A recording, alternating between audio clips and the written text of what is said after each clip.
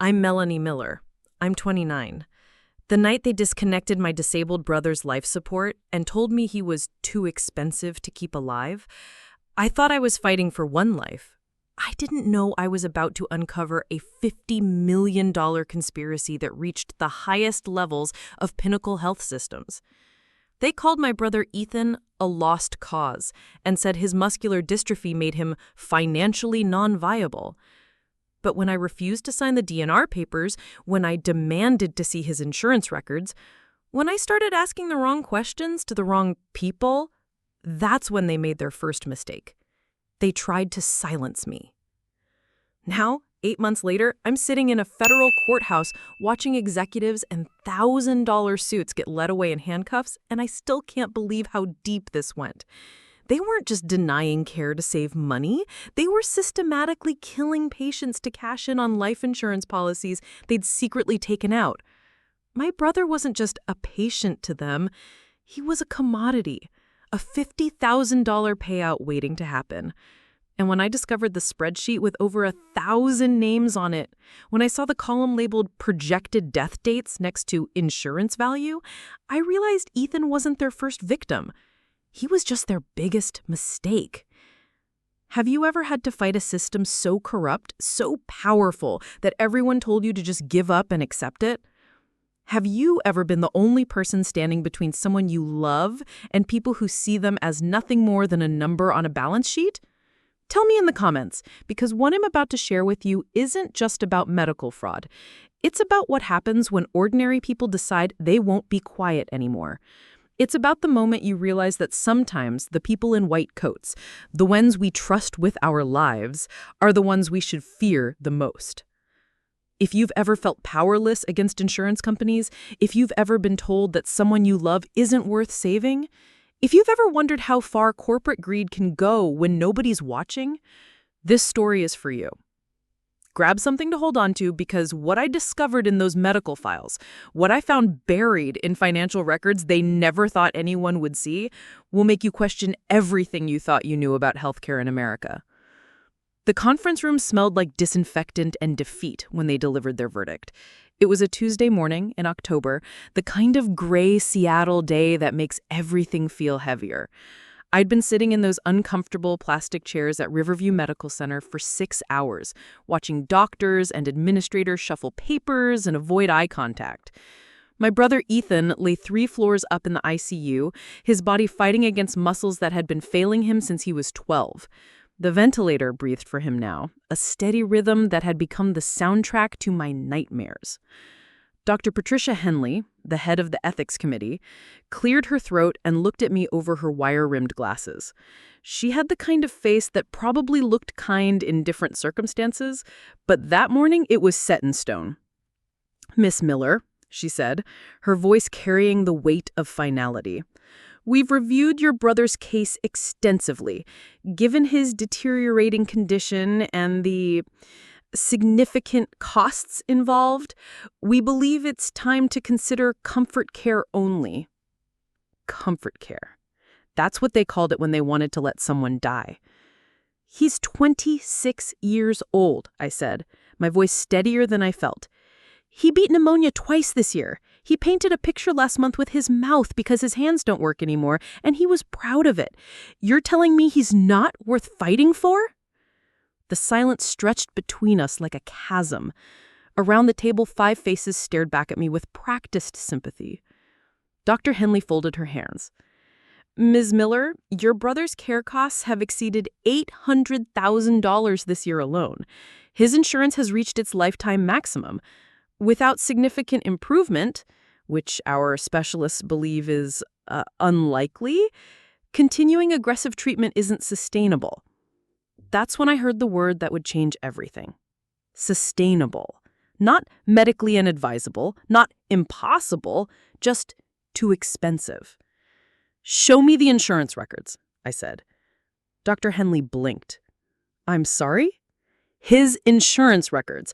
I want to see exactly what's been paid, what's been denied, and by whom.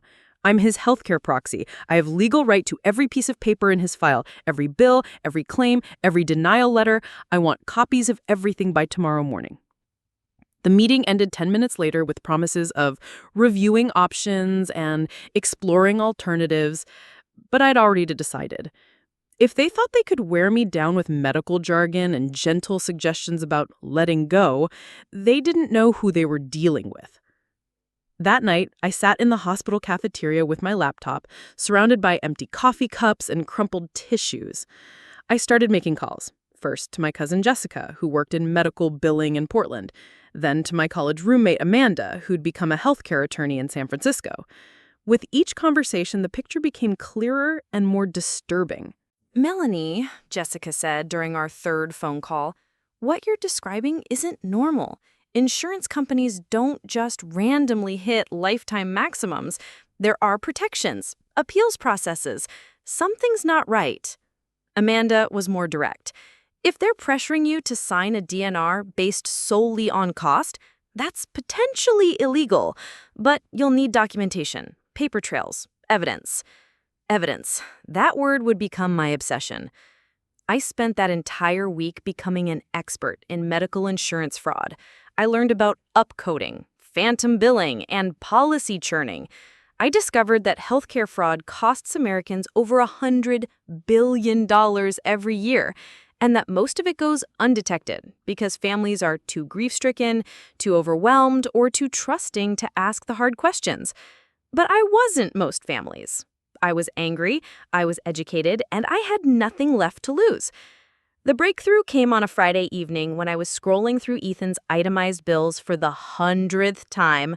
There, buried between legitimate charges for medications and physical therapy, was a line item that made my blood freeze. Life insurance premium, patient policy 78432. My brother didn't have a life insurance policy. I would have known. I handled all his finances, all his paperwork. I was his power of attorney for everything. So who had taken out a $50,000 life insurance policy on my dying brother, and why was the hospital paying the premiums? That's when I realized this wasn't just about cutting costs. This was about cashing in.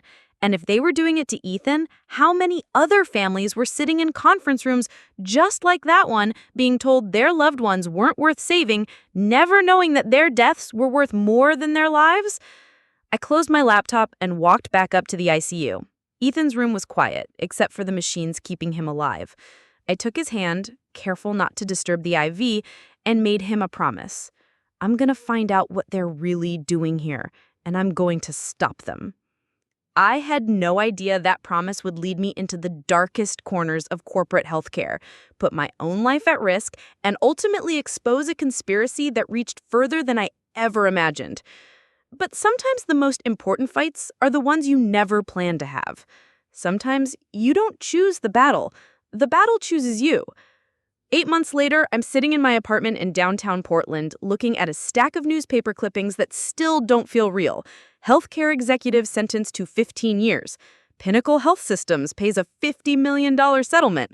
Whistleblower saves hundreds of lives. That whistleblower was me. The woman who used to be afraid to ask for extra ketchup packets at McDonald's became the person who brought down one of the largest medical insurance fraud rings in Pacific Northwest history. But I still wake up some nights hearing the sound of those machines in Ethan's room. I still see Dr. Henley's face when she told me my brother wasn't worth the cost. And I still can't believe how close we came to losing everything simply because I almost believed them when they said there was nothing I could do.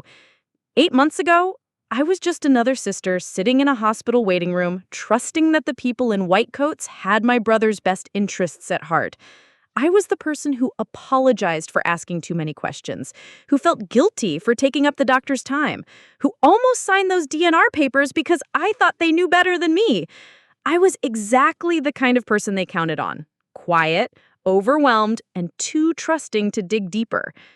Have you ever been in a situation where everyone around you, all the experts, all the authorities, were telling you to give up on someone you love? Have you ever felt like you were crazy for questioning the system? Like maybe you were just being difficult or unrealistic? Tell me in the comments, because I want you to know that feeling doesn't make you wrong. It makes you human. And sometimes being human in an inhuman system is exactly what the world needs. I need to ask you something, and I want you to be honest with me. When was the last time you actually read your insurance policy? I mean, really read it, not just the summary they send you, but the actual fine print.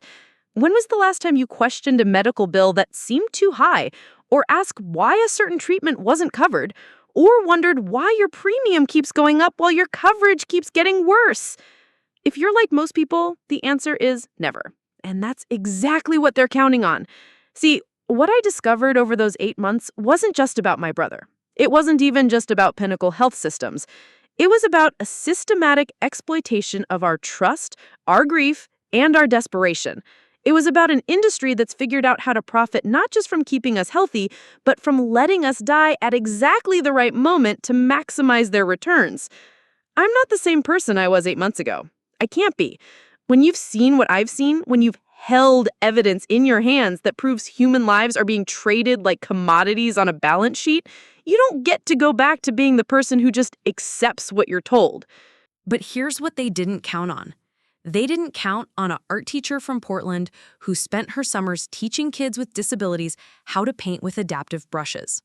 They didn't count on someone who'd grown up watching her little brother fight for every breath, every word, every small victory, and who'd learned that the most important battles are often the ones that seem impossible. They thought they were dealing with just another grieving family member who would eventually wear down, sign the papers, and walk away quietly. What they got instead was someone who remembered every slight, documented every lie, and refused to let them erase another person they deemed unprofitable. I want to be clear about something before I tell you the rest of this story. What happened to Ethan, what I discovered about Pinnacle Health Systems, it's not an isolated incident. It's not one bad company with a few corrupt executives. This is happening right now in hospitals and insurance offices across the country. While you're watching this video, someone is sitting in a conference room being told that their parent, their child, their spouse isn't worth the cost of keeping alive.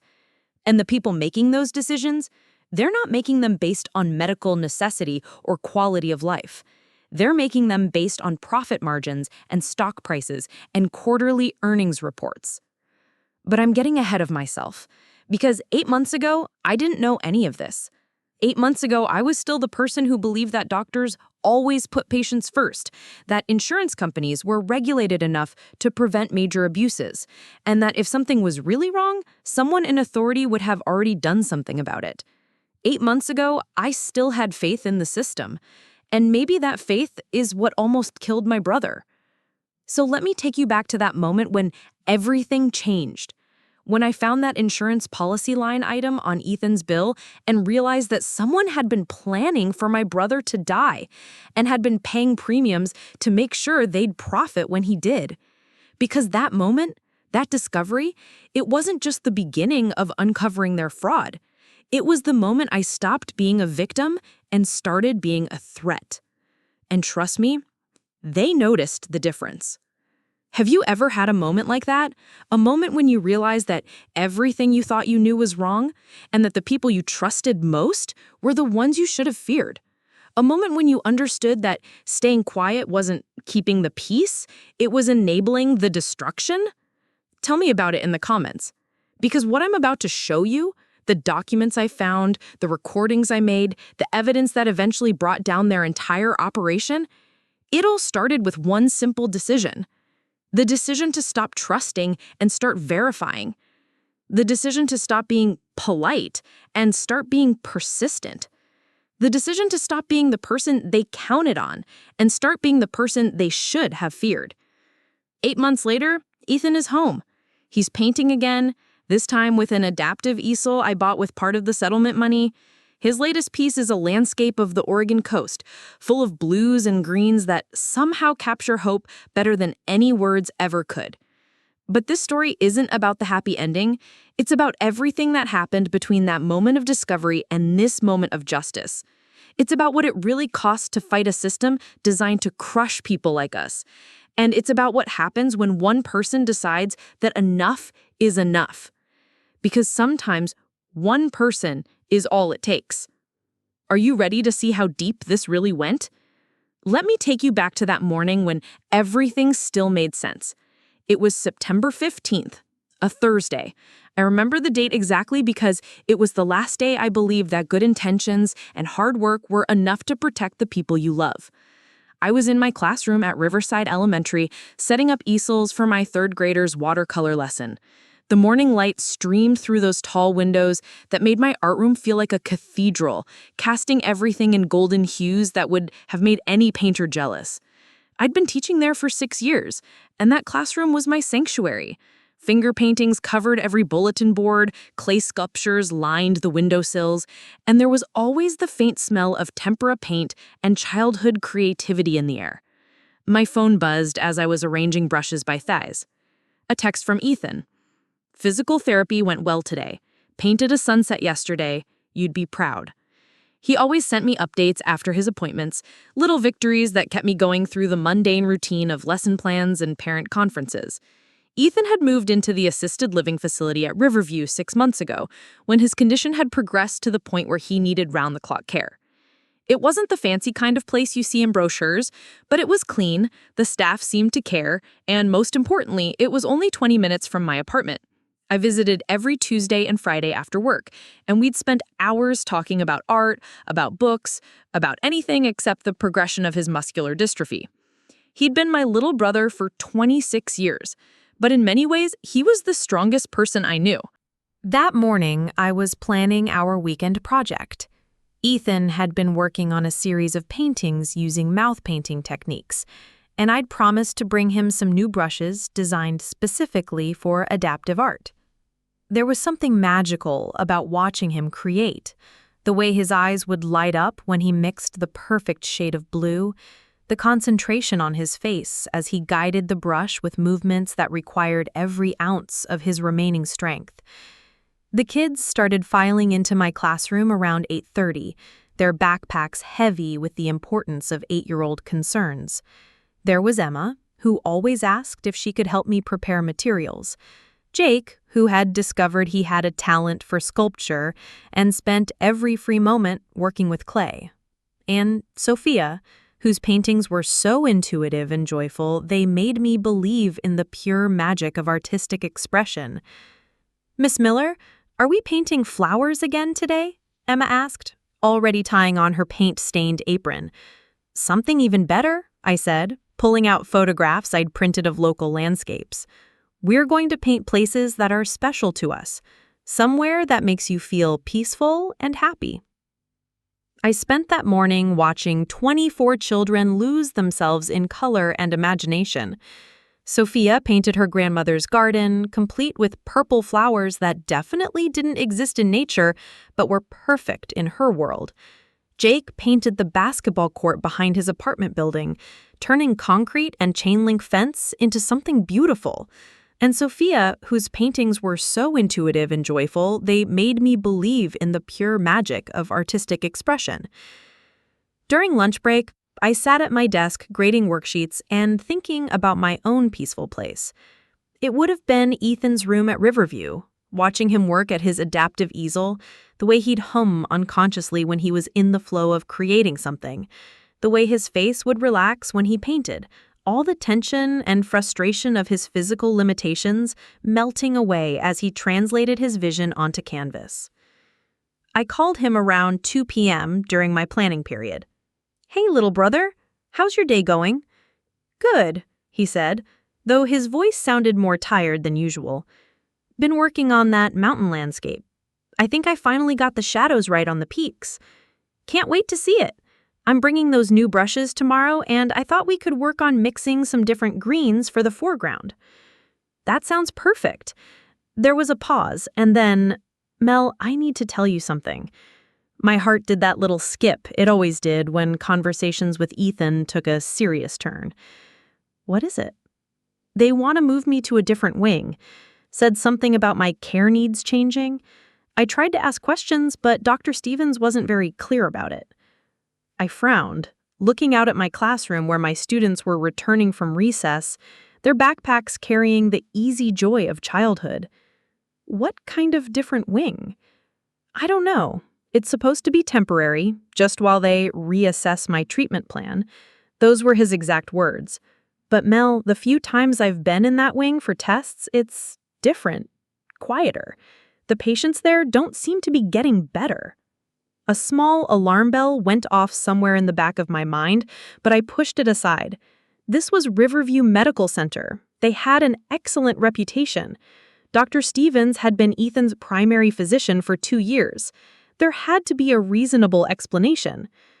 "I'm sure it's just routine," I said, trying to keep my voice light. "Maybe they need to run some more comprehensive tests, or maybe it's about insurance coverage tiers or something boring like that." "Maybe," Ethan agreed, but I could hear the uncertainty in his voice. "Tell you what, I'll come by this evening instead of waiting until tomorrow. We can ask Dr. Stevens together, okay? And I'll bring those new brushes so you can show me what you've been working on." "You don't have to change your plans for me. You are my plans." After I hung up, I tried to refocus on the afternoon's lessons, but something nagged at me. Ethan had been stable for months. His condition wasn't improving, but it wasn't rapidly deteriorating either. Why would they suddenly need to reassess his treatment plan? And what did he mean about the patients in that wing not getting better? I spent the rest of the day in that strange space between concern and denial. Every rational part of my brain insisted that medical professionals knew what they were doing, that there were protocols and regulations and oversight committees to prevent anything truly wrong from happening. But the part of me that had been Ethan's advocate for 14 years, ever since his diagnosis, whispered that something didn't feel right. At 3:30, I walked my students out to the pickup line, listening to their chatter about their paintings and their plans for the weekend. Mrs. Rodriguez, Sophia's grandmother, stopped to tell me how much Sophia loved art class, how she came home every day excited to show off whatever she'd created. "Art gives her confidence," she said in her careful English. "She feels proud of what she makes." "She should feel proud," I replied, watching Sophia skip toward their car, her backpack bouncing with each step. It was such a normal moment, the kind of routine interaction that made teaching worthwhile. But later, I would remember it as the last time I felt like I was living in a world where good things happened to good people, where institutions could be trusted, and where my biggest concern was whether I had enough red paint for Monday's lesson. I stopped by the art supply store on my way to Riverview, picking up the adaptive brushes I'd promised Ethan, plus some new tubes of acrylic in colors I thought he'd like. The drive to the medical center was familiar and comforting, the same route I'd taken twice a week for 6 months, past the coffee shop where I sometimes stopped for his favorite chocolate croissant, past the park where we used to feed ducks when we were kids. I had no idea that this would be the last time I'd make that drive as someone who trusted the system. The last time I'd walk through those hospital doors believing that the people inside were there to help us. The last time I'd be naive enough to think that asking questions would get me honest answers instead of making me a threat that needed to be eliminated. I was halfway through the automatic doors of Riverview Medical Center when my phone started buzzing frantically. 3 missed calls, all from numbers I didn't recognize. Then a text from a number that made my stomach drop. "This is Nurse Rachel from Wing 4B. Your brother is asking for you. Please come immediately." Wing 4B? That wasn't Ethan's wing. He was in 3A, the assisted living section with the big windows and the therapeutic garden. 4B was... I tried to remember what I'd been told during the facility tour 6 months ago. Something about intensive care monitoring? Something about patients with more complex needs? I approached the reception desk, my bag of art supplies suddenly feeling heavier than it should. "Hi, I'm here to see Ethan Miller. I got a message that he's been moved to Wing 4B. The receptionist, a woman I'd seen dozens of times before, looked at her computer screen with a frown that made my chest tighten. "Let me call up to the nurses' station," she said, not meeting my eyes. While she made the call, I stood in that sterile lobby trying to make sense of what was happening. This morning, Ethan had been stable, painting, making jokes about his physical therapy session. Now he was in a wing I'd never visited, being attended to by nurses I'd never met. "Ms. Miller?" A voice behind me made me turn around. A woman in purple scrubs was approaching, her expression carefully neutral. "I'm Rachel Martinez, the nurse who texted you. Could we talk privately for a moment?" She led me to a small consultation room, off the main lobby, the kind of room where they delivered bad news to families. The walls were beige, decorated with generic watercolor prints of flowers that looked like they'd been chosen specifically for their ability to offend no one. "Is Ethan okay?" I asked before she could sit down. "Your brother is stable," but something in her tone made it sound like a qualified statement. "However, there have been some changes to his care plan that Dr. Stevens wanted to discuss with you immediately." "What kind of changes?" "This morning he was fine. He was painting. He was talking about his physical therapy session. What happened?" Rachel sat forward, her hands clasped together. "Ms. Miller, your brother's condition has been deteriorating more rapidly than we initially projected. His respiratory function has declined significantly, and Dr. Stevens is concerned that his current care level isn't adequate for his needs." The words hit me like physical blows. Respiratory function? Deterioration? This morning he had sounded tired, but he'd been laughing about something one of his roommates had said. How could his condition have changed so drastically in 6 hours? "I need to see him," I said, standing up. "Of course. But first, Dr. Stevens asked me to explain some of the options we need to discuss regarding his treatment going forward." Options. In medical speak, that word never meant anything good. "What kind of options?" Rachel opened a folder I hadn't noticed she was carrying. Inside were forms, charts, and what looked like financial documents. "Your brother's insurance situation has become complex.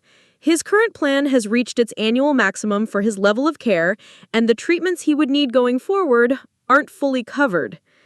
I stared at her. "What treatments? What's wrong with him that wasn't wrong with him this morning?" "Dr. Stevens can explain the medical details better than I can, but Ms. Miller, I need to prepare you for the possibility that we may need to have some difficult conversations about his long-term care options." Difficult conversations? Another phrase that was never followed by anything good. "Can I see him now?" The elevator ride to the 4th floor felt like it took hours. Rachel made small talk about the weather, about how busy they'd been lately, about anything except why my brother had been moved to intensive care monitoring without anyone bothering to call me until now. Wing 4B was nothing like 3A. The hallways were dimmer, the air heavier with the smell of industrial disinfectant, and something else I couldn't identify. It was quieter too, but not in a peaceful way. In a way that made you aware of every small sound, every beep from the machines, every whispered conversation between staff members. Ethan's new room was at the end of the hall. Through the glass window, I could see him lying in a hospital bed that looked far more medical than the comfortable adaptive bed he had in 3A. There were more machines, more wires, more things beeping and monitoring and measuring. But what stopped me cold was his face. He looked smaller somehow, paler, like someone had turned down the brightness on everything that made him Ethan. "The respiratory therapist will be in shortly to explain the new equipment," Rachel said as we entered the room. "And Dr. Stevens should be here within the hour to discuss the treatment plan." I barely heard her. I was focused on Ethan's eyes, the way they tracked to me with an expression I'd never seen before. Not just fatigue or discomfort, but something that looked like fear. "Hey," I said, taking his hand. It felt cold. "How are you feeling?" "Confused," he said, his voice raspier than it had been on the phone. "Mel, they moved me in the middle of lunch, said it was urgent, but no one will tell me what's urgent about it. I've been asking questions for 3 hours." "What kind of questions?" "Like why I'm suddenly on a ventilator when I was breathing fine this morning. Like why they keep talking about insurance maximums when my insurance doesn't have an annual maximum.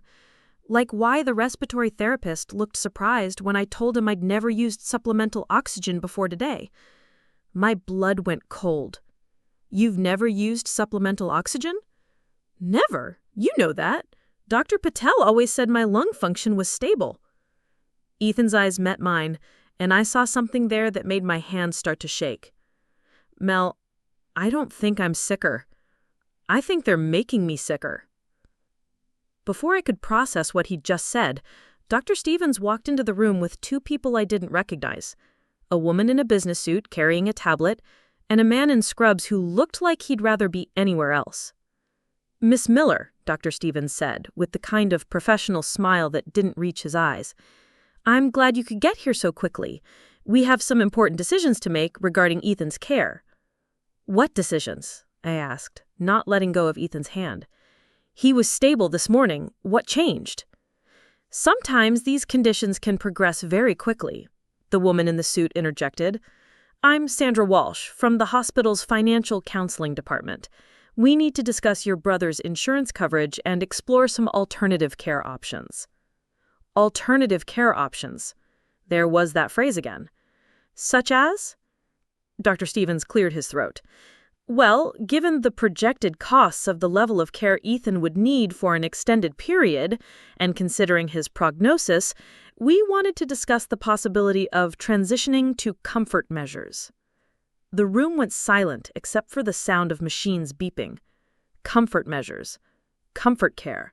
The same thing Dr. Henley would call it 3 weeks later, but this was the first time I'd heard the phrase that would haunt my dreams. Are you talking about stopping his treatment? We're talking about focusing on quality of life rather than prolonging a situation that may not be sustainable long term, Sandra Walsh said, consulting her tablet. From a practical standpoint, your brother's care costs have exceeded the typical parameters for his condition. I looked at Ethan, whose eyes had gone wide, then back at the three people who were suggesting we let him die because he was too expensive to keep alive. I need to see his medical records, I said quietly. Miss Miller, medical records are quite complex, and I need to see every test result from today, every note in his chart, every piece of documentation that led you to conclude that he suddenly needs to be on life support. The exchange of glances between Dr. Stevens and Sandra Walsh was swift, but I caught it. The same look Rachel had shared with the receptionist downstairs. The same look I'd seen between the financial administrator and Dr. Henley in that conference room. Of course we can arrange for you to review the relevant documentation, but right now we need to focus on making some time-sensitive decisions about Ethan's care plan. Time-sensitive how? Well, his insurance situation is somewhat urgent. If we don't have a clear care plan established by tomorrow morning, there could be coverage interruptions that would complicate his treatment options. I stood up, still holding Ethan's hand. Something was happening here that had nothing to do with his medical condition and everything to do with money, insurance, and treatment options that seemed designed to push us toward one very specific conclusion. I'm not making any decisions tonight. I want copies of every test, every chart note, every insurance document related to Ethan's care, and I want them first thing tomorrow morning. Miss Miller, Sandra Walsh said, with her voice taking on a slightly sharper edge, I understand this is emotional, but sometimes family members need to accept that there are limitations to what medical science can get out. The words came out harder than I had intended. All three of them stared at me. Get out of this room. All of you, right now. After they left, I sat back down next to Ethan's bed. His hand was still cold, but his grip was strong. They're lying about something, he whispered. I know, but I don't know what yet. That night, I called in sick to work for the first time in 3 years, because I'd just realized that my little brother, who had been stable and painting landscapes 12 hours ago, was somehow now on life support with a suddenly terminal prognosis and a care plan that seemed designed to end his life as quickly and cheaply as possible. And I was going to find out why. I didn't sleep that night. Instead, I sat at my kitchen table with my laptop, 3 cups of cold coffee, and a yellow legal pad that I was filling with questions faster than I could think of answers. By 4 a.m., I had 27 pages of notes and the beginnings of a migraine that would last for weeks. The first thing I learned was that everything I thought I knew about medical insurance was wrong. The second thing I learned was that I was about to become very educated very quickly because my brother's life depended on it.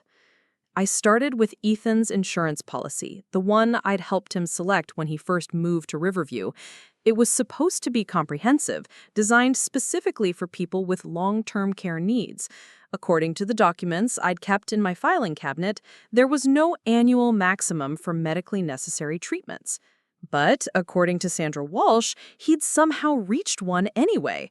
So either I was losing my mind or someone was lying. I spent 2 hours on the phone with Meridian Insurance, being transferred from department to department, listening to hold music that made me want to throw my phone across the room. Finally, at 6:47 a.m., I reached a supervisor named David Chen, who seemed actually willing to help. "I'm looking at your brother's account right now, Miss Miller," he said after I had explained the situation for the fourth time, "and I'm not seeing any indication that he's reached an annual maximum. In fact, his policy doesn't have one for the type of care he's receiving." My hands started shaking. "Are you sure?"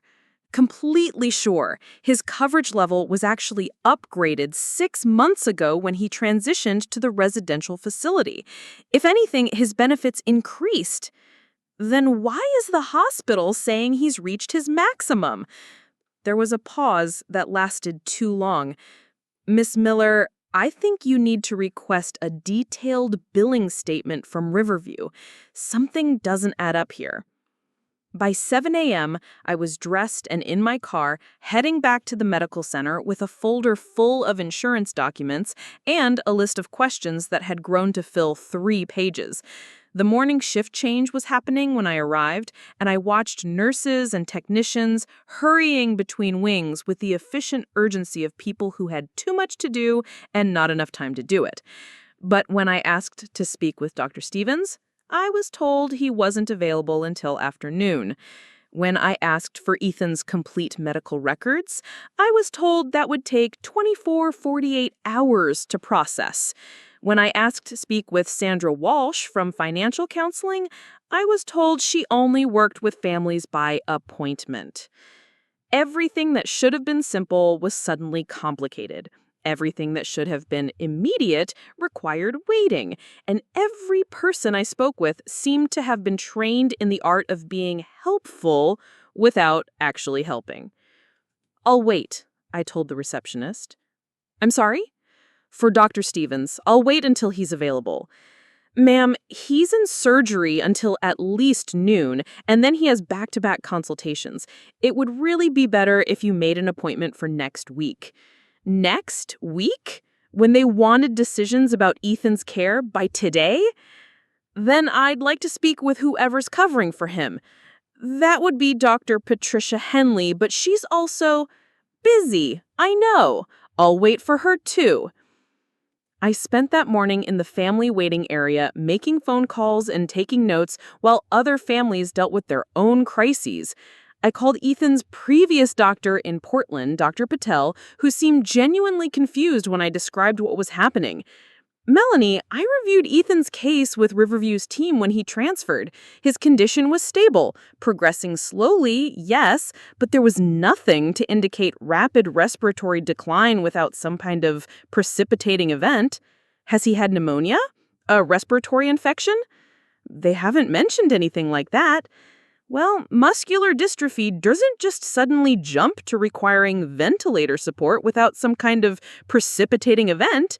You need to ask them what specific tests or incidents led to this change."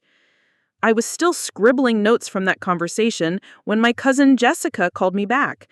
She'd spent the night researching medical billing fraud, and what she found made my stomach turn. "Melanie, there are scams where facilities deliberately worsen patients' conditions to justify higher levels of care, then bill insurance for treatments that aren't medically necessary. It's called upcoding, and it's more common than you'd think." But they're not trying to give him more treatment, they're trying to take treatment away. That's the other scam. They run up huge bills to max out insurance benefits, then pressure families to sign DNR orders so they can stop providing care they've already been paid for. Either way, the patient becomes a profit center instead of a person. I hung up and stared at my notes. Upcoding, DNR pressure, profit centers. This was the vocabulary of healthcare fraud, and I was getting a crash course whether I wanted one or not. At 10:30, I made another discovery that changed everything. I was reviewing Ethan's admission paperwork from 6 months earlier when I noticed something I'd never paid attention to before. Listed as additional authorized contacts were two names I didn't recognize: Theodore Blackstone and Margaret Ashford. I'd never heard of either of them, and I'm Ethan's healthcare proxy, his power of attorney, his emergency contact. Who were these people, and why were they authorized to make decisions about my brother's care? When I asked the receptionist about it, she claimed it was probably just standard administrative contacts, maybe from the insurance company or the facility's corporate office. But when I pressed for more information, she suddenly needed to check with her supervisor and disappeared for 20 minutes. By noon, I had filled another legal pad with questions and was starting to see patterns that scared me.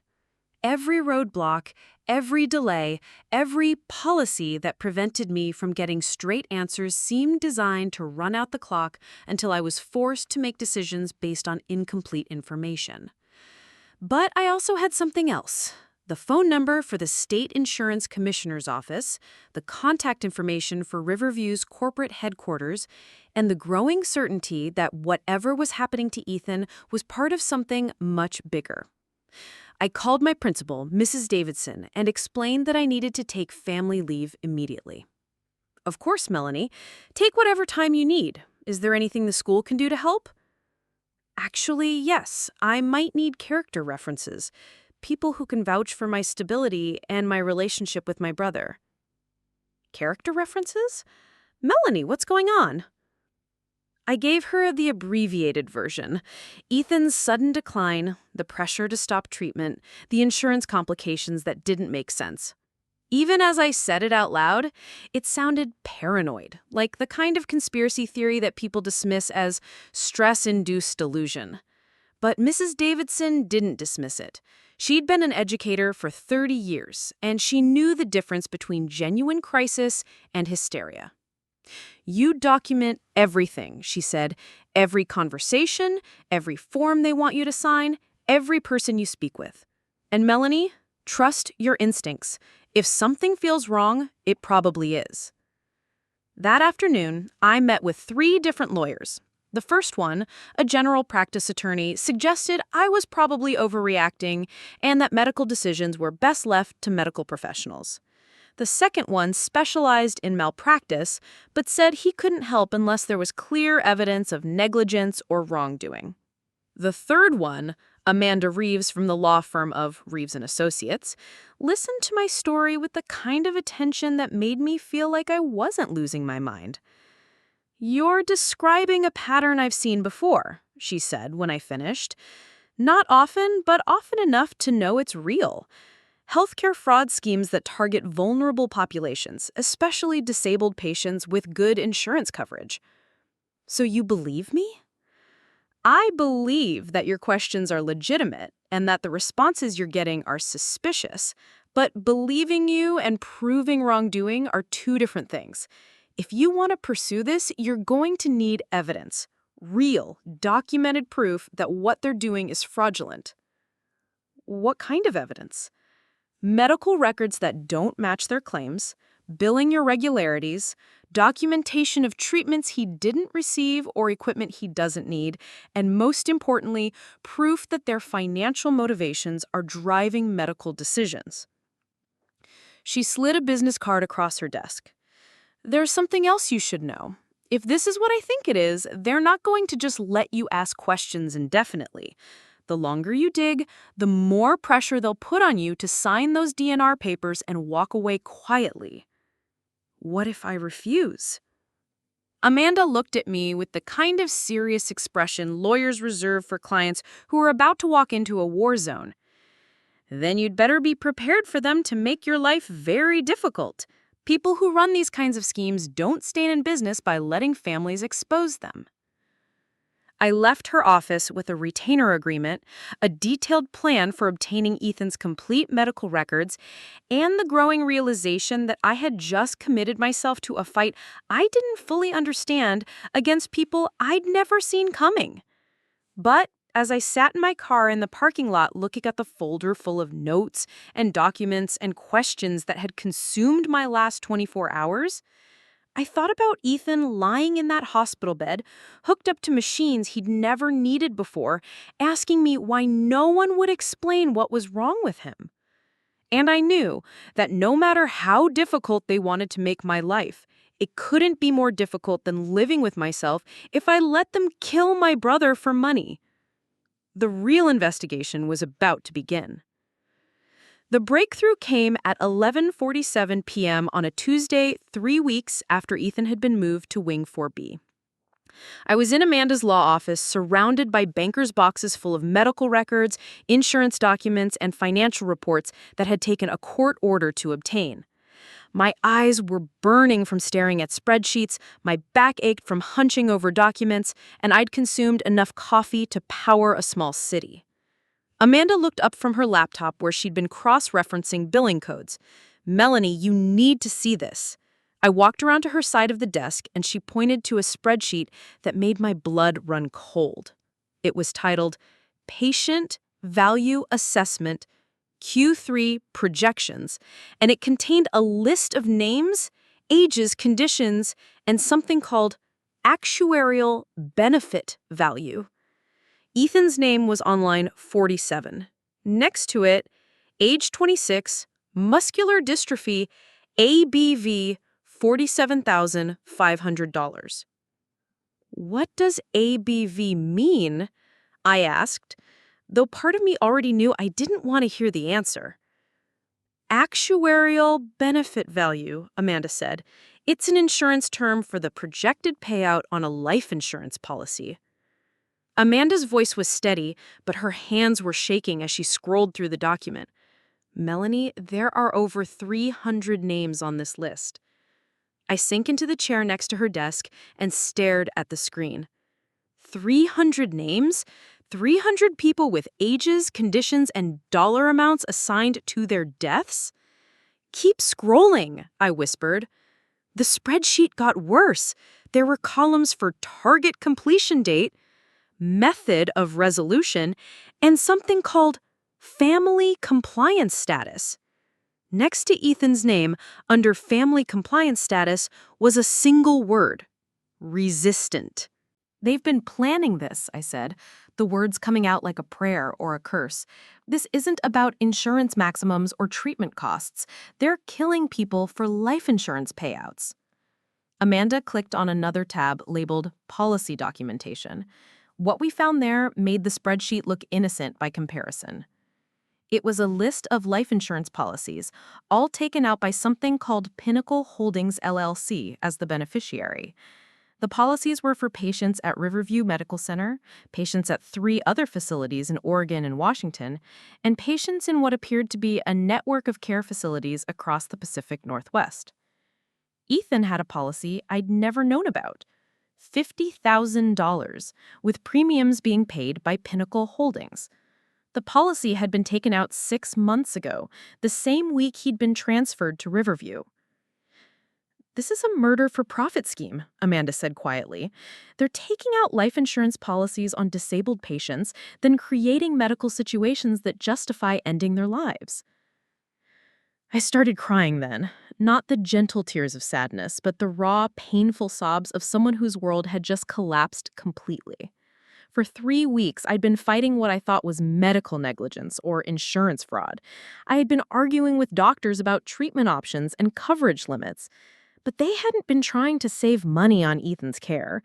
They'd been trying to kill him. How many people? I asked when I could speak again. Amanda was still scrolling through the policy list. In the last 18 months, based on the dates here, at least 60 that I can see. And these are just the completed cases. Completed cases. People who were dead. People whose families had been told the same lies I had been hearing for weeks, who'd been pressured to sign the same DNR papers, who'd trusted the system to take care of someone they loved. We have to call the police, I said. We will. But first, we need to understand how big this is and who else is involved. Amanda opened another file, this one labeled Financial Reports, Board Distribution. Melanie, look at these names. The distribution list included people I recognized, Dr. Stevens, Sandra Walsh from Financial Counseling, and Dr. Patricia Henley, who I now realized wasn't just covering for Dr. Stevens that day. She was part of the planning committee. But it also included names I didn't recognize. Corporate executives from Pinnacle Health Systems, the parent company that owned Riverview and apparently a dozen other facilities, board members from insurance companies, even a name that made me feel sick, City Council member Robert Chen, who'd been featured in the local newspaper just last month for his advocacy work on behalf of disabled residents. This goes all the way to the top, Amanda said. City government, corporate healthcare, insurance companies. It's not just Riverview. This is a systematic operation. I thought about all the families I'd seen in that waiting room over the past 3 weeks. The woman whose elderly father had suddenly declined and been moved to Wing 4B. The couple whose teenage daughter had been in a car accident and was now on comfort care only, despite being stable just days before. The man whose wife had been told her cancer treatment was no longer financially viable. How many of them were on that spreadsheet? How many were fighting the same battle I was, not knowing they were fighting for their loved one's life against people who had already decided that person was worth more dead than alive? There's more, Amanda said, clicking on a folder labeled Operational Procedures. They have protocols for this, step-by-step instructions for identifying targets, taking out life insurance policies, manipulating medical conditions, and managing family resistance. The document that opened was titled Patient Lifecycle Management, Standard Operating Procedures. It read like a manual for murder disguised as medical care. Step 1, identify patients with good insurance coverage and minimal family oversight. Step 2, obtain life insurance policies with corporate beneficiary status. Step 3, create medical situations that justify transition to comfort care. Step 4 was what made me understand why they've been so persistent about getting me to sign forms. Obtain family consent for DNR through gradual pressure techniques. If family remains noncompliant after 30 days, initiate alternative resolution protocol. What's alternative resolution protocol? I asked. Amanda clicked on another file. What we found was a detailed plan for discrediting resistant family members, character assassination, false allegations of mental instability, legal challenges to healthcare proxy status, and if those didn't work, there were instructions for creating medical emergencies that would require immediate life-or-death decisions without time for family consultation. They had an entire system designed to remove obstacles to killing people for money. And I had become an obstacle. Melanie, we need to get you somewhere safe, Amanda said, closing the laptop. And we need to get Ethan transferred out of Riverview immediately. They won't let me transfer him. I've asked 3 times and they keep saying he's too unstable to move. He's not too unstable. They're saying that because moving him would disrupt their timeline. Amanda was already pulling out her phone. I'm calling the FBI. This is organized crime and it crosses state lines. But in the meantime, we need to assume they know you've been asking questions and that they're going to escalate their efforts to resolve your brother's case. As if on cue, my phone rang. Dr. Stevens. Ms. Miller, I'm calling because we've had some developments with Ethan's condition tonight. I think you should come in as soon as possible. What kind of developments? His respiratory status has become more compromised. We may need to make some decisions about his care level tonight. I looked at Amanda, who was shaking her head and mouthing, "Don't go alone." I'll be there in 30 minutes. After I hung up, Amanda grabbed her keys. I'm coming with you, and I'm bringing copies of everything we just found. What if they tried to stop us from seeing him? Then we'll know for certain that they're accelerating their timeline because they know we're onto them. Amanda locked the documents in her safe and headed for the door. Either way, your brother is not dying tonight. Not on my watch. As we drove through the empty Seattle streets toward Riverview Medical Center, I realized that everything was different now. 3 weeks ago, I'd walked into that building as someone trying to save her brother from medical negligence. Tonight, I was walking in as someone who knew that people I'd trusted with his life had been planning his death from the moment he arrived. But I also knew something they didn't know I knew. I had evidence. I had names. I had a lawyer who specialized in exactly this kind of case, and I had the kind of fury that comes from discovering that everything you believed about human decency was wrong. They thought they were dealing with just another resistant family member who would eventually break down and sign the papers they wanted. What they were actually dealing with was someone who now understood exactly what they were doing, and exactly how to stop them. The war was about to begin, and they had no idea they'd already lost the element of surprise. The emergency transfer happened at 2:17 a.m. on Wednesday morning, and for exactly 43 hours, I thought we'd won. Amanda and I had arrived at Riverview to find Ethan in genuine respiratory distress, not the manufactured kind I'd been suspecting, but real immediate danger. His oxygen levels were dropping, his heart rate was erratic, and the machines around his bed were beeping with the kind of urgency that makes nurses move faster. But here's what Dr. Stevens hadn't counted on when he called me with his developments. I now knew exactly what those developments were designed to accomplish. What happened to him? I demanded as soon as we walked into his room. Dr. Stevens looked surprised to see Amanda with me, and even more surprised when she introduced herself as my attorney and started taking notes on everything he said. Sometimes patients with progressive muscular dystrophy experience sudden cardiac complications. Ethan's heart is showing signs of strain that weren't present earlier today. What kind of strain? Asked Amanda before I could speak. Arrhythmias consistent with his underlying condition. We're going to need to intubate him fully and consider more aggressive interventions. I looked at Ethan, who was conscious but struggling to breathe, his eyes wide with fear. Then I looked at the monitors, the IV lines, the medications being pumped into his system. I want him transferred, I said. Miss Miller, he's not stable enough for transfer. Moving him now could what, kill him? I pulled out my phone and showed him the screen. Because I've got the FBI on speed dial, and I've got a lawyer standing right here, and I've got about 300 pages of documents that suggest you've been planning to kill him since the day he got here. The look that crossed Dr. Stevens' face was worth every sleepless night I'd spent gathering evidence. It was the look of someone who just realized the game was over. I don't know what you think you found, but life insurance policies, Amanda said calmly. $50,000 with Pinnacle Holdings as the beneficiary. Premium payments that coincidentally matched the dates of Ethan's supposed medical emergencies and about 60 other patients who've had remarkably similar experiences. Dr. Stevens went very still. Around us, the nursing staff, who had been bustling around Ethan's bed, suddenly found reasons to be elsewhere. You need to leave, he said finally. Actually, you need to step away from my client's brother, because I've got federal agents on the way, and I've got a court order for emergency transfer to Seattle General Hospital. That wasn't entirely true. The court order was still being processed, and the FBI was still reviewing the evidence we'd submitted. But Dr. Stevens didn't know that. What followed was the most surreal hour of my life.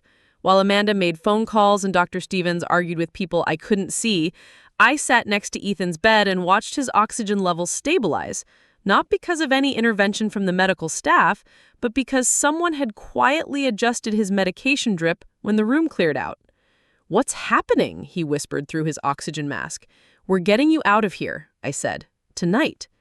"The people trying to kill me?" I squeezed his hand. I found them. All of them.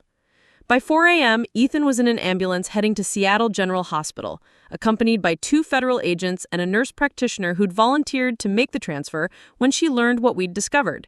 The FBI had arrived faster than I had expected, and they'd brought a team that included specialists in healthcare fraud and organized crime. Agent Sarah Martinez, the lead investigator, rode with me to Seattle General while her partner accompanied Ethan in the ambulance. Miss Miller, what you've uncovered is the largest healthcare fraud case we've seen in the Pacific Northwest, she said as we followed the ambulance through the empty streets. 18 months? People have been dying for 18 months while you investigated? We couldn't move without ironclad evidence. Healthcare fraud is notoriously difficult to prosecute because it's so easy for defendants to claim medical decisions were made in good faith. Agent Martinez looked at the folder of documents in her lap. But what you've given us, the spreadsheets, the policy documents, the standard operating procedures, this isn't medical judgment. This is premeditated murder. At Seattle General, Ethan was examined by Dr. Lisa Park, a pulmonologist who'd been briefed on the situation by the FBI. After 2 hours of tests and monitoring, she came to find me in the family waiting area. "Your brother's condition is stable," she said. "The respiratory distress he experienced tonight was caused by medication interactions that shouldn't have occurred with proper monitoring." Medication interactions? Someone was giving him drugs that counteracted his prescribed treatments. It would have looked like natural progression of his condition, but it was artificially induced. Dr. Park sat down next to me. "Miss Miller, I want you to know that what you did, the investigation, the documentation, the legal action, you saved his life, probably multiple times over the past few weeks." For the first time in a month, I cried from relief instead of fear. The next 36 hours felt like living in a movie. The FBI executed search warrants at Riverview Medical Center, Pinnacle Health Systems corporate headquarters, and 12 other facilities across 3 states. They arrested Dr. Stevens, Sandra Walsh, Dr. Patricia Henley, and 6 corporate executives on charges that included healthcare fraud, insurance fraud, racketeering, and first-degree murder. The media coverage was overwhelming. Healthcare horror, how a Seattle art teacher exposed a murder-for-profit scheme. Insurance fraud ring killed patients for money. FBI smashes $50 million healthcare conspiracy. Amanda's phone rang constantly with calls from other attorneys representing families who'd lost loved ones under suspicious circumstances. The FBI set up a hotline for people to report possible cases. Within 48 hours, they had over 300 calls.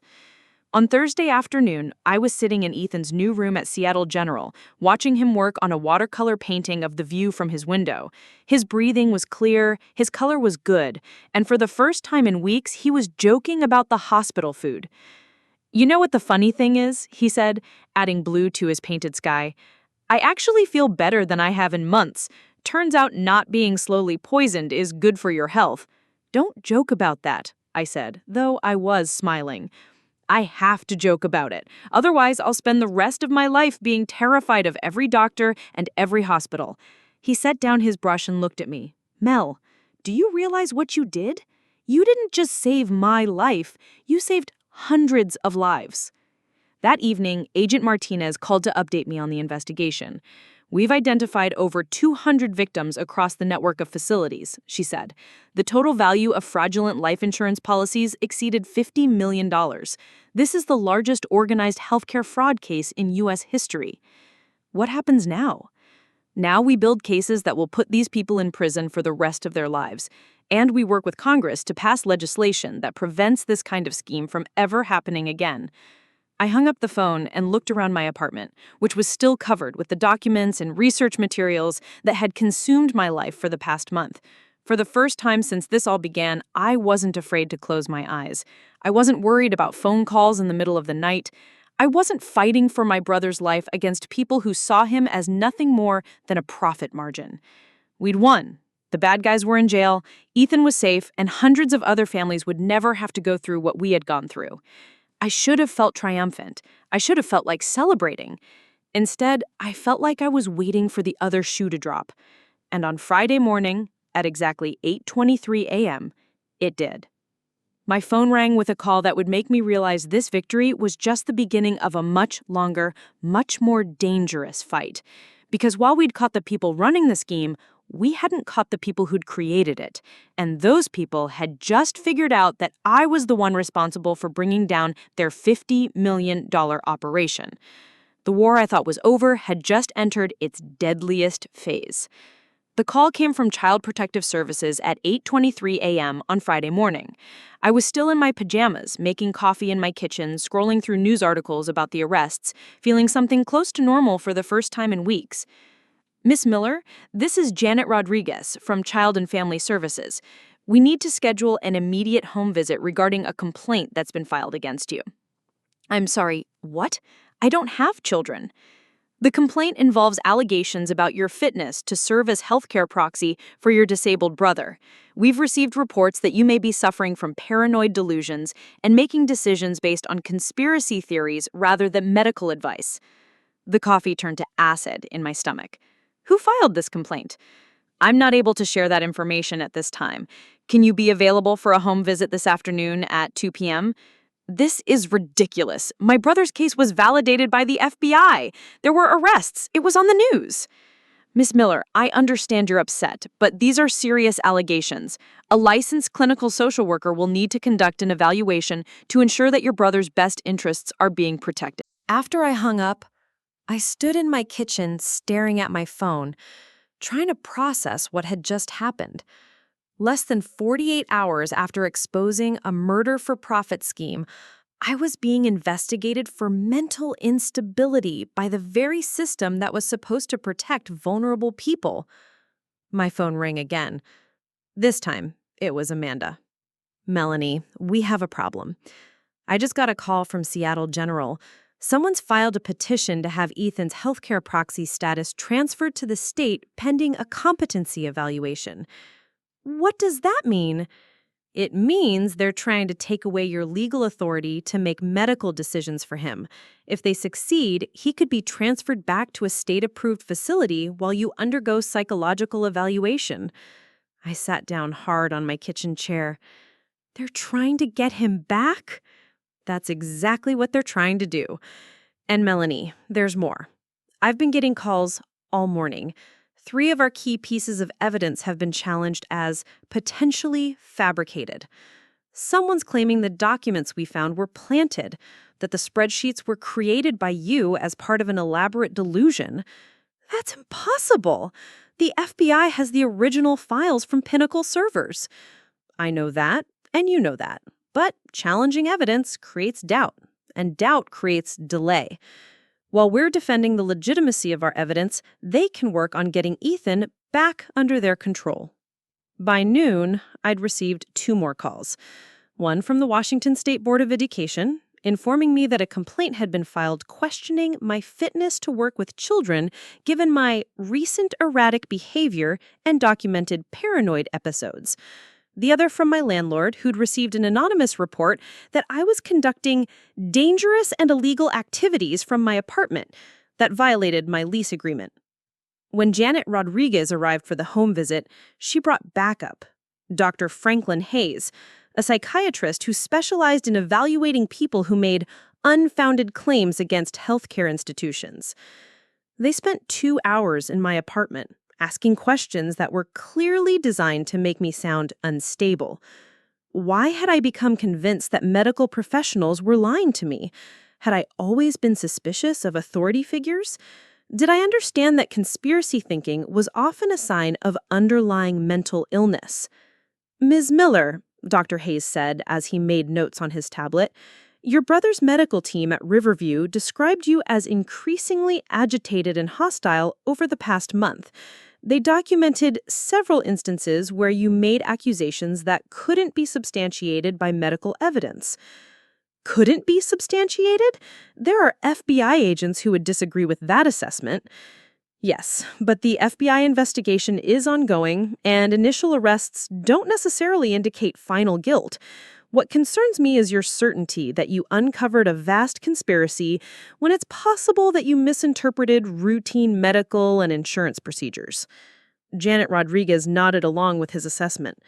We're also concerned about your brother's well-being during this process. Moving him from a specialized facility where he was receiving appropriate care to a general hospital may not have been in his best interests. I stared at both of them. Appropriate care? They were poisoning him. Ms. Miller, that's exactly the kind of thinking that concerns us. The tendency to interpret medical procedures as deliberately harmful, to see malicious intent in routine healthcare decisions. These are often symptoms of stress-induced paranoia. They left with a promise to review the situation carefully and make recommendations about whether I should retain healthcare proxy status. but I could tell from their expressions that they'd already made their decision. That evening, Amanda came to my apartment with news that made everything worse. She said, 3 of the arrested executives have been released on bail.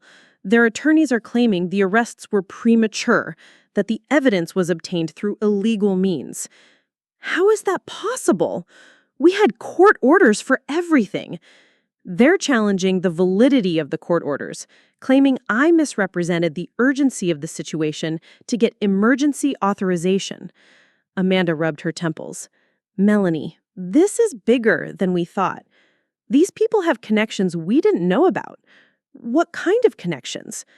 The kind that can make federal charges disappear. The kind that can make witnesses recant their testimony. The kind that can make prosecutors suddenly discover problems with evidence that seemed ironclad 24 hours ago. As if on cue, my phone buzzed with a text message from an unknown number. Drop the charges and cooperate with the competency evaluation, or things will get much worse for both you and Ethan.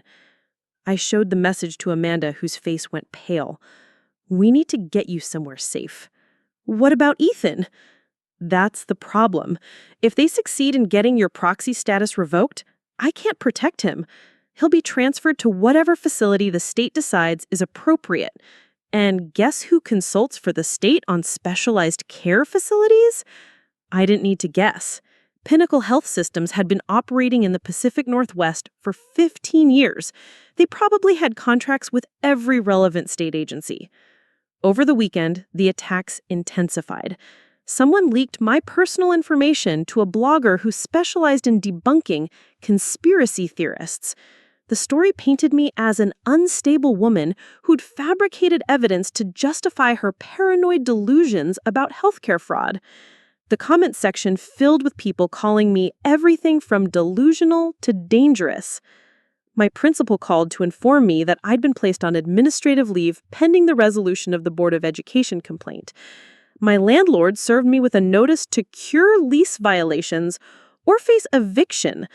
My bank froze my accounts after receiving reports of suspicious activity that might indicate mental instability.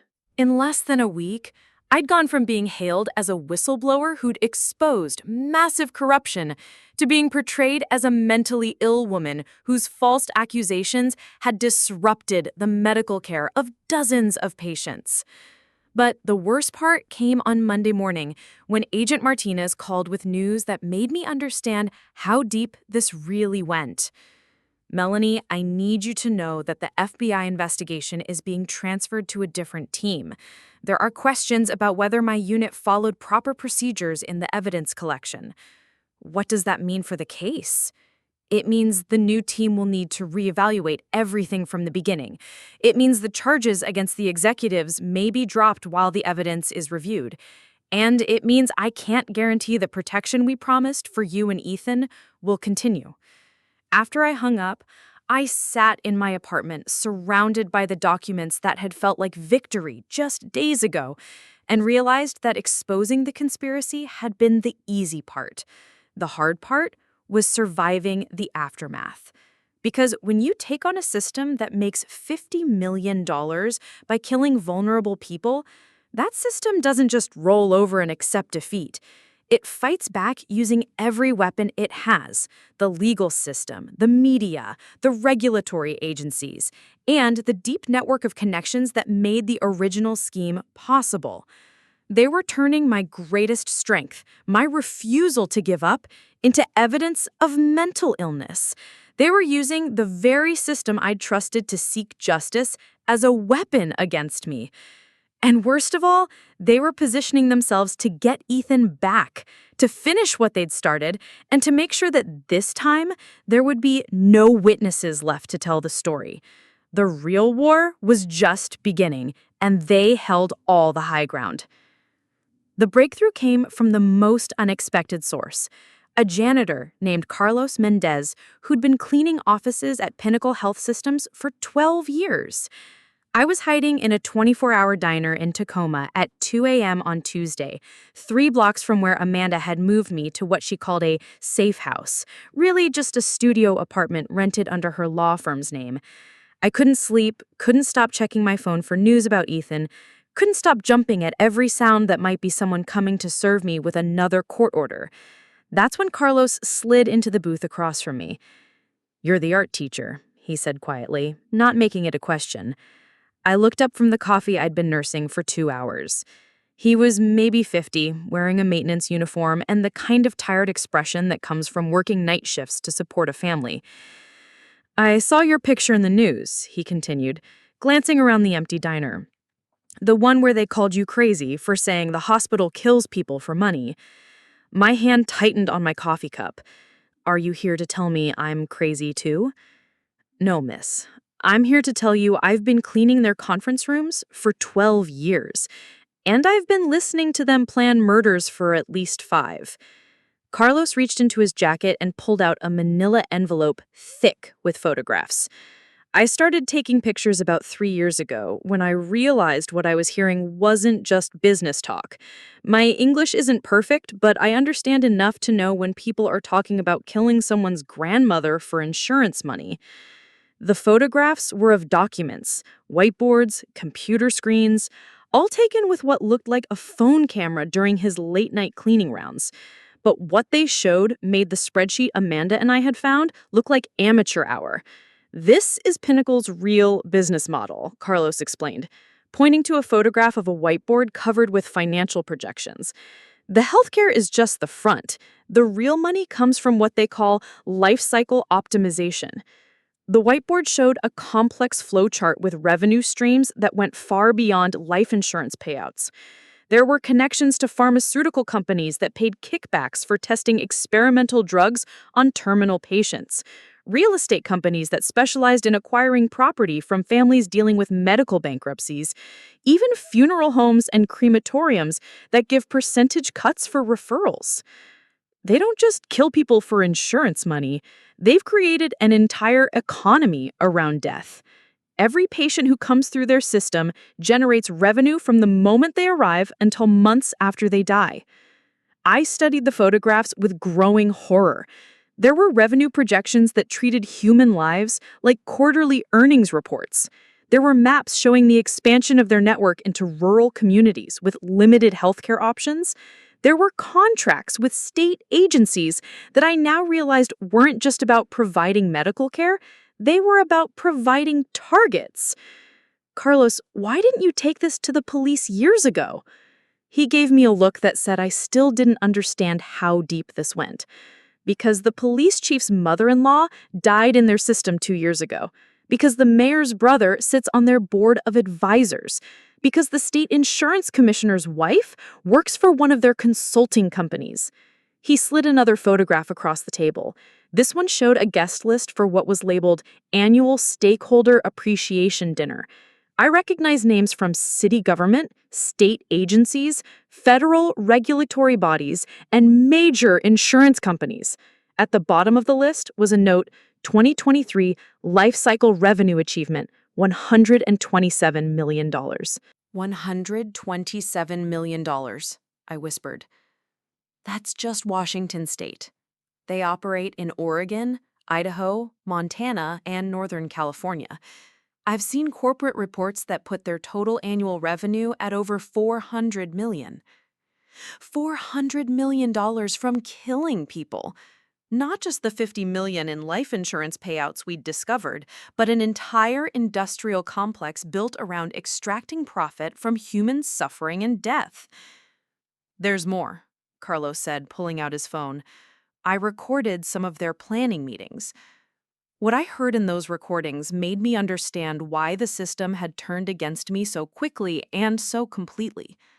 These weren't just greedy healthcare executives running an insurance scam. This was an organization with political connections at every level, with the resources to destroy anyone who threatened their operations, and with enough legitimate-looking business to hide behind when investigations got too close. In one recording, I heard Dr. Stevens discussing my case with people I didn't recognize. The Miller woman is more persistent than we anticipated. She's already connected the insurance policies to the patient outcomes. If she figures out the pharmaceutical contracts or the real estate acquisition program, she could expose the entire Pacific Northwest operation. Then we need to discredit her completely, a woman's voice replied. Mental health hold, loss of custody proxy, maybe even criminal charges for harassment. Once she's institutionalized, her testimony becomes worthless. What about the brother? Priority 1 completion. We've already lost too much revenue on his case, and keeping him alive while she's asking questions is too risky. Priority 1 completion. That's what they called murdering my brother. But the recording that made my blood turn to ice was from just 3 days ago, after the FBI arrests had been made. The federal investigation is contained. Senator Kellerman's office has assured us that the charges will be dropped for lack of evidence. The new FBI team has been briefed on the security implications of disrupting a major healthcare provider during a public health crisis. What about the documents the Miller woman obtained? Being reclassified as fabricated evidence, our IT team has created metadata that shows they were created on her personal computer, not pulled from our servers. And if she continues to make accusations, she'll be committed for psychiatric evaluation within the week. The brother will be transferred back to our care for specialized treatment of his deteriorating condition. After that, it's just a matter of time. I looked up at Carlos, who was watching my face as I processed what I'd heard. "They're going to have me committed," I said.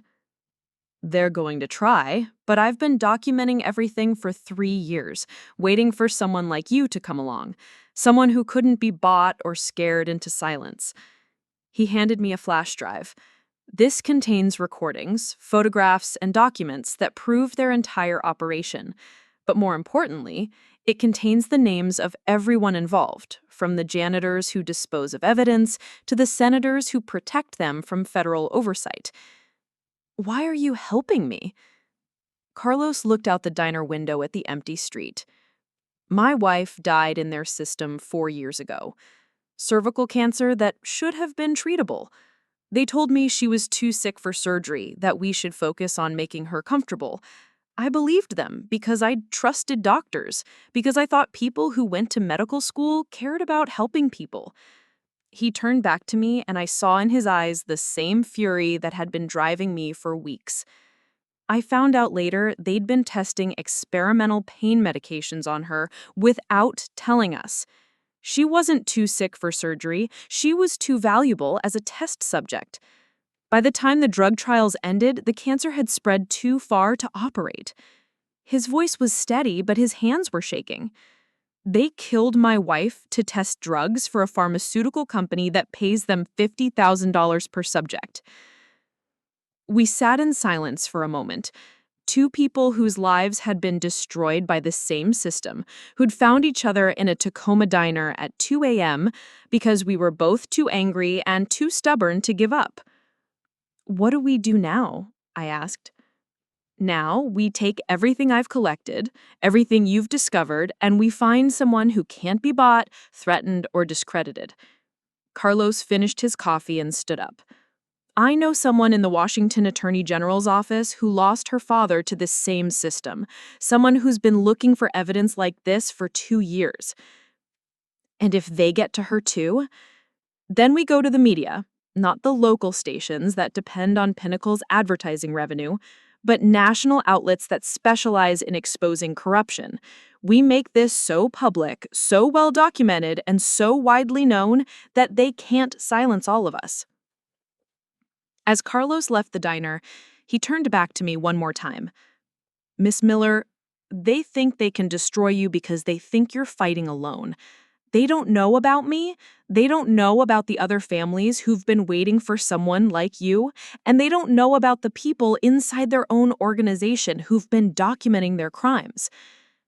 How many people are we talking about? Enough to make sure they can't kill all of us before the truth comes out. For the first time in a week, I felt something that wasn't fear or desperation. I felt hope.